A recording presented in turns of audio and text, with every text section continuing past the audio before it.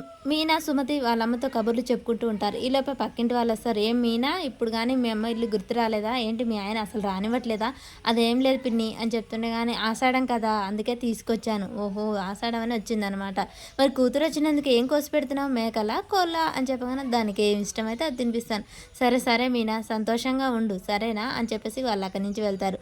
"అమ్మ మీనా చెప్పు నీకేం కావాలి?" అని అడుగుతూ ఉంటుంది. ఈలోపే గజా మనుషులు అక్కడికొచ్చి మీనాని చూస్తారు. "అరే మీనారా, మీనా ఒంటరిగా వచ్చినట్టుంది. ఈ విషయం ఎమ్మటే వెళ్ళి గజాకి చెప్పాలిరా" అని చెప్పగానే మీనా సరదాగా వాళ్ళ అమ్మతో మాట్లాడుతూ ఉంటుంది. "ఈ విషయం కనుక మనం అన్నకు చెప్పామనుకో మనకి ఈరోజు ఫుల్ పార్టీ ఇస్తాడురా, పద వెళ్దాం, పదరా అని చెప్పేసి వీళ్ళిద్దరు మాట్లాడుకుంటూ ఉంటారు. ఇక మీనా వీళ్ళు సంతోషంగా మాట్లాడుతూ ఉంటారు. అవును. మీ అత్తగారికి అర్ధరాత్రి గుర్తొచ్చిందేంటి ఆషాఢం అని? ఏదో చచ్చినట్టు కలొచ్చుంటుంది. అందుకే ఫోన్ చేసి రమ్మంది. ఏమోనమ్మా నాకు తెలియదు. అసలు మా అత్తగారు నేను ఇక్కడికొస్తున్నాను నెల రోజుల పని మొత్తం ఒక్క రోజు చేయించింది.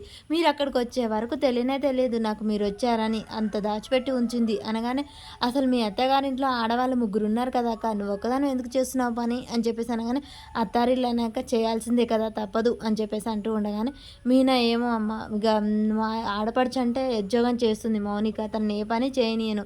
ఇక రోహిణి అంటావా తను కోటీశ్వర్ కూతురు అని మా అత్త అసలు ఏ పని చేయనీయదు. బద్ధకం అనమాట. అయినా మీ అత్తేంటక్క నువ్వెళ్ళాక రిటైర్ అయిందా? నలుగురు పిల్లల్ని పెంచి పోషించింది కదా! ఇప్పుడు అంత మాత్రం ఉంటుంది లేవే. నువ్వేమో ఇక్కడ నీతులు చెప్తూ ఉండు. ఆమేమో అక్కడ గోతులు తీస్తూ ఉంటుంది అని చెప్పేసి ఇంకా సుమతి అంటూ ఉంటుంది. మాటలు నేర్చింది అని చెప్పేసి వాళ్ళ అమ్మ అంటూ ఉంటుంది. ఏమోనమ్మా తను ఒక్కరోజు కూడా నాతో మంచిగా మాట్లాడలేదు. ఆయన ఈ నెల రోజులు నువ్వు ఇక్కడ ఉంటావు గాక ఈ బద్ధకం మొత్తం తీరుతుందిలే. సరే అమ్మ ఏ వంట చేస్తుందో కూరగాయలు తెప్పు నీకొస్తాను. ఇప్పుడు నువ్వేం చేయాల్సిన అవసరం లేదు. అమ్మ నేను చూసుకుంటాం. అవునమ్మా మేమిద్దరం చూసుకుంటాంలే. మా అత్తగారు ఏ రోజు కూడా ఈ మాట అనలేదమ్మా అని చెప్పేసి మీనా బాధపడుతూ ఉంటుంది. ఇక ఆ మాట విన్న వాళ్ళమ్మ అలాగే చూస్తూ బాధతో మీనా బాధను అర్థం చేసుకుంటూ ఉంటుంది. పర్వాలేదులే అమ్మ అది నీ కుటుంబం, నీ ఇల్లు కదా! పర్వాలేదు అని చెప్పగానే అదే నేను కూడా అనుకుంటున్నాను అని చెప్పేసి మీనా అయితే బాధపడుతూ ఉంటుంది. మరి ఇక ప్రభావతి నెల రోజులు పని ఎలా చేసుకుంటుంది?